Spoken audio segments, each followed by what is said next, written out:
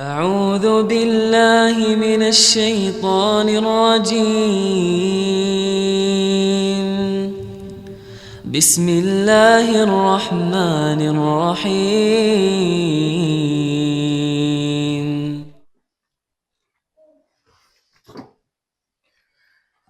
Innal hamdalillah nahmaduhu wa nasta'inuhu wa nastaghfiruh wa na'udzu billahi min sururi anfusina wa min sayyiati a'malina may yahdihillahu fala mudilla lahu wa may yudlilhu fala hadiya lahu asyhadu an la ilaha illallah wahdahu la syarika lah wa asyhadu anna muhammadan abduhu wa rasuluh amma ba'd. Fa ya ayyuhal muslimun usikum wa nafsi bittaqwallah wa ta'atih faqad faza man ittaqa. Wa qala Allah ta'ala fil Qur'anil 'azim a'udzu billahi minasyaitonir rajim. Ya ayyuhalladzina amanu taqullaha haqqa tuqatih wa la tamutunna illa wa antum muslimun. Qala Rasulullah sallallahu alaihi wasallam wa syarrul umuri muhdatsatuha fa inna kulla muhdatsatin bid'ah wa kulla bid'atin dhalalah wa kulla dhalalatin finnar. Ma'asyiral muslimin rahimani wa rahimakumullah. Maka yang pertama-tama kita senantiasa diperintahkan untuk selalu bersyukur kepada Allah Subhanahu wa taala atas segala nikmat yang telah diberikan kepada kita. Moga dengan banyak kita bersyukur, insya Allah nikmat akan ditambahkan lagi kepada kita. Allah berfirman, la in syakartum lazidannakum. Jika kamu bersyukur, maka aku sungguh akan menambah nikmat bagi kalian. Salam dan salam semoga tercurah kepada Nabi akhir zaman yang telah mendapatkan mukjizat yang paling besar dan menjadi pembuka pintu surga, yaitu Nabi besar Muhammad sallallahu alaihi wasallam, kepada seluruh keluarganya, para sahabatnya, dan orang-orang yang mengikuti ajaran beliau sampai hari kebangkitan kelak. Kaum muslimin yang semoga dirahmati Allah Subhanahu wa taala, maka pada khutbah Jumat kali ini pentingnya kita membahas mengenai perkara sholat. Maka sebagian dari kita kadang memperhatikan ibadah yang lain tapi melupakan sholat 5 waktu. Di bulan Ramadan sebagian kita ada yang berpuasa tapi ketika berpuasa dia tidak sholat atau bahkan bolong-bolong sholatnya. Ketika datang Idul Adha, kadang ada yang kurban, tapi juga dia tidak mau sholat. Yang punya rezeki banyak, kadang dia sedekah, tapi juga masih meninggalkan sholat. Bahkan ada yang menyatakan, yang penting saya sudah berbuat baik, yang penting sering membantu orang.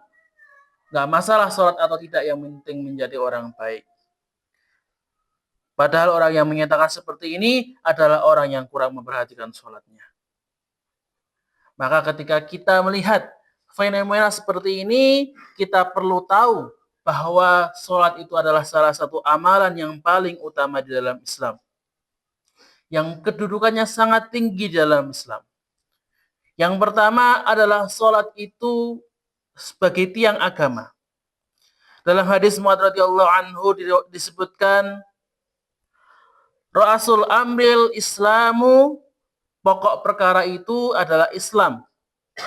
Yang menentukan baik dan buruk seseorang, surga dan neraka seseorang itu adalah Islam. Wa umuduhus shalah, dan tiangnya adalah salat. Yang menjadi pokok, yang menjadi penyangga. Wa dzirwatu sanamihil jihad, dan puncak perkaranya adalah jihad. Maka yang namanya suatu bangunan itu pasti punya tiang. Kalau tidak ada tiangnya, maka bangunan itu akan ambruk, tidak akan bisa berdiri kokoh. Kalau kita cuma membuat bangunan hanya dengan dinding bata saja, maka didorong akan langsung jatuh berantakan. Demikian pula agama kita. Ketika agama Islam, dia mengaku beragama Islam, tapi tidak melaksanakan sholat, maka agamanya mudah sekali dirobohkan. Mudah sekali dihancurkan oleh godaan-godaan syaitan.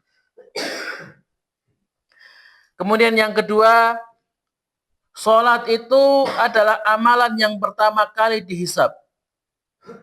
Maka di hari kiamat kelak, orang-orang akan dinilai amalnya. Akan dilihat apakah amalnya baik atau buruk. Maka yang pertama kali dilihat adalah sholatnya. Maka jika sholatnya baik, insya Allah amalan yang lain juga akan ikut baik. Tapi jika sholatnya buruk, bisa dipastikan amalan yang lain juga akan buruk. Dari Abu Hurairah radhiyallahu anhu, Nabi SAW bersabda, Inna awwala ma yuhasabu bihil abdu yaumal qiyamah min amalihi salatuhu. Sungguhnya amal hamba yang pertama kali akan dihisab pada hari kiamat adalah salatnya. Fa in salahat faqad aflaha wa anjaha. Jika salatnya baik, maka dia akan mendapatkan keberuntungan dan keselamatan. Wa in fasadat faqad khaba wa khasara. Apabila salatnya rusak, dia akan menyesal dan merugi. Fa in intaqasa min fardhihi, ketika dilihat salat wajibnya itu masih kurang, qala rabbi tabaraka wa ta'ala, Allah Rabb tabaraka wa ta'ala berfirman, unduru hal ibadi min tatawwu. Maka lihatlah apakah para hamba tersebut mendapatkan amalan salat sunnah. Fayuk malu biha man taqasa min al-fariidati thumma yakunu sa'iri amalihi ala dalik. Maka salat sunnah itu akan menyempurnakan wajibnya yang kurang. Begitu pula amalan-amalan yang lain. Hadis riwayat Abu Dawud, Ahmad dan Hakim. Maka di sini dengan jelas Rasulullah mengatakan, ketika dilihat sholatnya itu baik, sholatnya itu benar, maka insya Allah amalan-amalan yang lain akan ikut benar juga. Orang yang sholatnya itu sungguh-sungguh, ikhlas, khusyuk, pasti akan berlanjut dengan amalan-amalan yang lain. Tapi kalau sholatnya buruk, bolong-bolong, bahkan meninggalkan sama sekali, maka amalan yang lain pasti akan buruk juga. Walaupun dia zakat, walaupun dia sedekah, pasti sedekahnya itu tidak ikhlas, pasti zakatnya itu ada belakangnya. Jamaah sidang Jumat rahimani wa rahimakumullah. Yang ketiga adalah salat itu bagian dari rukun Islam. Dari Abdullah bin Umar radhiyallahu anhuma, Rasulullah sallallahu alaihi wasallam bersabda, "Bunyal Islamu ala khamsin." Islam itu dibangun di atas 5 perkara. Syahadati alla ilaha illallah wa anna Muhammadar Rasulullah. Wa anna Muhammadan abduhu wa rasuluh. Yang pertama adalah kesaksian, bersyahadat bahwa tidak ada ilah yang berhak disembah selain Allah dan bahwa Muhammad adalah hamba dan rasulnya. Wa iqamis shalah, kemudian mendirikan salat, wa ita'iz zakah, kemudian membayar zakat, wal hajjul baiti, kemudian berhaji ke Baitullah, wa shauma Ramadan, dan saum Ramadan. Dan yang keempat, saking pentingnya salat itu hanyalah amalan yang Allah perintahkan, tidak hanya kita harus kerjakan sendiri, kita wajib mengajak keluarga kita untuk salat. Kalau amalan lain seperti puasa, seperti zakat, seperti haji, Allah hanya memerintahkan, kerjakan. Kalian kerjakan, wahai orang-orang beriman, kerjakan. Tapi kalau untuk sholat, selain kita disuruh mengerjakan, kita juga disuruh untuk mengajak keluarga kita. Allah berfirman, wa dzukira fil kitab Ismail innahu kana shadiqal wa'di wa kana rasulan nabiyya.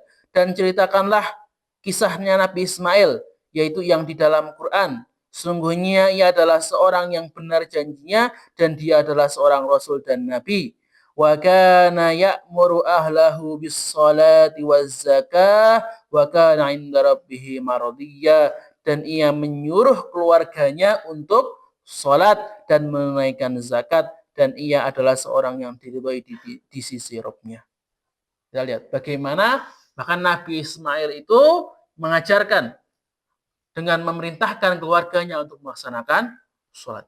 Dan ini dikuatkan oleh hadis dari Rasulullah SAW yang diriwayatkan oleh Amr bin Shu'aib dari bapaknya, dari kakeknya. Rasulullah bersabda, "Murru auladakum bis salati wa hum abna'u sab'i sinin." perintahkanlah anak-anakmu untuk sholat ketika mereka berumur 7 tahun. Jadi sholat itu ibadahnya tidak nunggu balik, tidak nunggu dewasa. Dari kecil sudah harus diajarkan. Kata Rasulullah, minimal 7 tahun itu sudah mulai diajari bagaimana cara sholat, tata rukun dan syaratnya, bacaan-bacaannya, gerakan-gerakannya, itu sudah diajarkan. Wadribuhum 'alaiha wa hum abna'u 10 sinin. Dan pukullah mereka jika tidak mau mengerjakan sholat ketika umur 10 tahun. Ketika sudah masuk umur 10 tahun, ketika anak kita tidak mau sholat, disuruh dipukul. Tentu dengan pukulan yang tidak melukai, tidak sampai membuat luka parah. Tapi tetap sama Rasulullah dihukum, harus dihukum. Ya. Itu umur 10 tahun, apalagi yang sudah 15, apalagi yang sudah 20, apalagi yang sudah dewasa. Wa farriqu bainahum fil madaji, dan pisahkanlah tempat-tempat tidur mereka. Hadis riwayat Abu Dawud, derajatnya sahih. Maka di dalil-dalil ini kita lihat bagaimana Rasulullah itu menekankan sekali perintah sholat. Bahkan sejak dari muda harus diajarkan. Dan bahkan ketika anak-anak itu tidak mau mengerjakan, wajib dihukum dengan dipukul. Ma'asyiral mukminin yang dirahmati Allah Subhanahu wa taala. Karena sholat itu begitu penting dan punya kedudukan yang tinggi di dalam Islam, maka yang meninggalkannya diancam dengan ancaman yang sangat tinggi. Allah berfirman, فَخَلَفَ مِنْ بَعْدِهِمْ خَلْفٌ أَضَاعُوا الصَّلَاةَ وَاتَّبَعُوا الشَّهَوَاتِ فَسَوْفَ يَلْقَوْنَ غَيًّا. Maka datanglah sudah mereka pengganti yang jelek yang menyia-nyiakan sholat dan menurutkan hawa nafsu. Maka mereka kelak akan menemui kesesatan. Illa man taba wa amana wa amila sholihah. Kecuali orang-orang yang bertaubat, beriman dan beramal soleh. Maka Ibnu Mas'ud radhiyallahu anhu mengatakan, goya atau kesesatan dalam ayat tersebut maknanya adalah sungai di Jahannam yang makanannya sangat menjijikkan, yang tempatnya sangat dalam. Jadi orang-orang yang melalaikan sholat akan diancam dimasukkan di neraka yang sangat menjijikkan. Makanannya sangat menjijikkan airnya. Dalam hadis, orang yang meninggalkan sholat juga diancam dengan keras. Buraidah radhiyallahu anhu berkata, aku mendengar Rasulullah SAW bersabda, Al-abdul ladzi bainana wa bainahumus shalah, Al-ahdul ladzi bainana wa bainahumus shalah, faman tarakaha faqad kafar. Perjanjian antara kami dan mereka, orang-orang kafir, itu adalah sholat. Yang membedakan antara orang muslim dan orang kafir adalah sholat. Maka barang siapa yang meninggalkan sholat, maksudnya meninggalkan sama sekali, meninggal dalam keadaan tidak pernah sholat, maka dia telah kafir. Hadis riwayat Ahmad, Tirmidzi, derajatnya sahih. Kita lihat bagaimana Rasulullah mengatakan orang yang meninggalkan sholat bisa sampai dihukumi keluar dari Islam. Maka biasanya banyak orang itu yang meninggalkan sholat dengan berbagai alasan. Karena malas, karena ingin bekerja, karena mencari dunia, dan alasan-alasan yang lain. Maka di hadis ini, maka Rasulullah memberikan ancaman kepada orang-orang yang malas seperti ini. Beliau bersabda, Man hafadha 'alaiha kanat lahu nuran wa burhanan. Siapa yang menjaga salat, maka ia akan mendapatkan cahaya petunjuk, walajatan yaumal qiyamah, dan keselamatan pada hari kiamat. Wa man lam yuhafidhu 'alaiha, siapa yang tidak menjaganya, maksudnya apa tidak menjaga salat? Baik itu tidak salat pada waktunya, tidak salat berjamaah walaupun adzan sudah berkumandang, sering mengakhirkan waktu salat, atau bahkan sering meninggalkan, atau tidak sholat sama sekali. Maka Rasulullah mengatakan, lam yakun lahu nurun, tidak akan dapat, dia itu tidak akan mendapatkan cahaya, wala burhanun, dan tidak pula petunjuk, wala najatun dan tidak pula keselamatan. Wa kana yaumal qiyamati dan pada hari kiamat dia akan dikumpulkan ma'a Qarun bersama Qarun wa Fir'aun dan Haman wa Ubay bin Khalaf dan Ubay bin Khalaf. Hadis riwayat Ahmad derajatnya hasan. Maka orang-orang yang sibuk dengan hartanya, sibuk dengan dunianya, sehingga lalai dari sholatnya, maka Allah akan kumpulkan di hari kiamat beserta seburuk-buruknya hamba. Siapa yang sibuk dengan kekerajaannya, dengan kekuasaannya, sehingga meninggalkan sholat, dia akan berkumpul bersama Fir'aun, raja yang paling zalim. Orang yang disibukkan dengan jabatannya, dengan pekerjaannya, akan dikumpulkan bersama Haman, yang merupakan menteri paling zalim. Dan orang yang sibuk dengan perdagangannya, sibuk dengan hartanya, akan dikumpulkan bersama Qarun, orang kaya paling zalim. Maka jemaah rahimani wa rahimakumullah, janganlah kita meremehkan sholat. Jangan sekali-kali kita meremehkan sholat. Tanamkan kewajiban sholat dalam diri kita. Ibnu Qayyim sampai mengatakan bahwa meninggalkan sholat itu dosanya lebih parah daripada dosa-dosa besar yang lain. Segala dosa itu tidak ada yang lebih besar daripada meninggalkan sholat. Bahkan dosa mabuk, dosa zina, dosa selingkuh itu tidak ada apa-apanya dibandingkan meninggalkan sholat. Maka kalau kita tidak mau keluarga kita itu berbuat dosa, kalau kita malu anak kita berzina, kita malu anak kita mabuk, kita malu anak kita selingkuh, tentu kita lebih malu lagi kalau anak-anak kita tidak mau sholat. Kita lebih malu kalau anak-anak kita karena main, karena kerja, atau karena urusan dunia lain, sehingga meninggalkan sholat. Maka dalam keadaan sesibuk apapun, sholat itu tetap ditunaikan. Sholat itu hanyalah satu-satunya kewajiban yang tidak ada rukhsahnya, yang tidak bisa ditinggalkan. Hanya 3 orang yang boleh tidak sholat. Orang yang belum balik, orang yang pingsan atau tidak sadar, dan orang yang gila. Maka kalau ada orang kita lihat tidak mau sholat, dia anak kecil bukan? Bukan. Dia sedang pingsan bukan? Bukan. Berarti tinggal pilihan yang ketiga.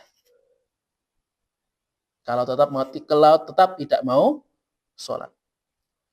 Bahkan walaupun kita sakit apapun, ya, bahkan kalau kita itu lumpuh, tidak bisa gerak, hanya bisa menggerakkan bola mata kita, selama kita masih sadar, kita tetap wajib untuk sholat. Ya, dalam kondisi apapun. Tadi, walaupun badan kita lumpuh, tidak bisa gerak, tetap sholat. Apalagi kita yang badannya masih sehat. Apalagi kita yang masih bisa jalan ke sana kemari, masih bisa bergerak dengan leluasa, tentu lebih wajib lagi. Maka jadikanlah sholat itu sebagai kebutuhan kita. Sebagai hal yang memang kita butuhkan. Hal yang kita nantikan.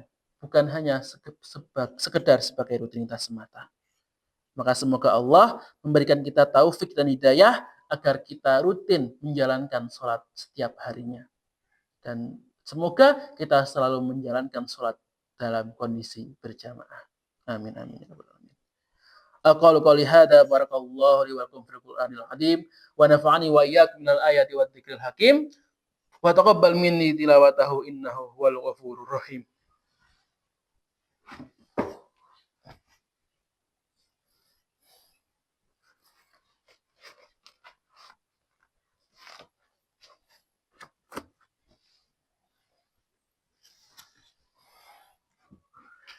Alhamdulillahi wa kafa wa usalli wa usallimu ala rasulihil mustafa wa ala alihi wa ala ashabi alil wafa. أشهد أن لا إله إلا الله وحده لا شريك له وأشهد أن محمدا عبده ورسوله أما بعد فيا أيها المسلمون أوصيكم ونفسي بتقوى الله واعلموا أن الله أمركم بأمر عظيم أمركم بالصلاة والسلام على رسوله الكريم قال الله تعالى في القرآن العظيم أعوذ بالله من الشيطان الرجيم إن الله وملائكته يصلون على النبي يا أيها الذين آمنوا صلوا عليه وسلموا تسليما اللهم صل على محمد وعلى آل محمد كما صليت على إبراهيم وعلى آل إبراهيم إنك حميد مجيد اللهم اغفر للمسلمين والمسلمات والمؤمنين والمؤمنات الأحياء منهم والأموات إنك سميع قريب مجيب الدعوات يا قاضي الحاجات اللهم انصر المستضعفين من المؤمنين في فلسطين وفي مشارقها وفي مغاربها وفي كل مكان وكن لهم وليا ونصيرا ومعينا وظهيرا اللهم انصر المجاهدين في سبيلك وألف بين قلوبهم ووحد صفوفهم ووفهم لاتباع كتابك وسنة نبيك ويسر لهم أسباب النصر وفتح البيت المقدس وإقامة شريعتك اللهم أعز الإسلام والمسلمين وأذل الشرك والمشركين ودمر أعداء الدين الله ربنا لا تزغ قلوبنا بعد إذ هديتنا وهب لنا من لدنك رحمة إنك أنت الوهاب اللهم إنا نسألك علما نافعا ورزقا طيبا وعملا متقبلا اللهم إنا نسألك الهدى والتقى والعفاف والغنى يا مقلب القلوب ثبت قلوبنا على دينك ربنا اغفر لنا ولإخواننا الذين سبقونا بالإيمان ولا تجعل في قلوبنا غلا للذين آمنوا ربنا إنك رؤوف رحيم ربنا ظلمنا أنفسنا وإن لم تغفر لنا وترحمنا لنكونن من الخاسرين ربنا هب لنا من أزواجنا وذرياتنا قرة أعين واجعلنا للمتقين إماما ربنا اغفر لنا ذنوبنا وذنوب والدينا وارحمهما كما ربيانا صغارا ربنا آتنا في الدنيا حسنة وفي الآخرة حسنة وقنا عذاب النار وقنا عذاب النار سبحان ربك رب العزة عما يصفون وسلام على المرسلين والحمد لله رب العالمين عباد الله إن الله يأمركم بالعدل والإحسان وإيتاء ذي القربى وينهى عن الفحشاء والمنكر والبغي يعظكم لعلكم تذكرون فاذكروا الله العظيم يذكركم ولذكر الله أكبر سبحان ربك رب العزة عما يصفون وسلام على المرسلين والحمد لله رب العالمين صدق الله العظيم.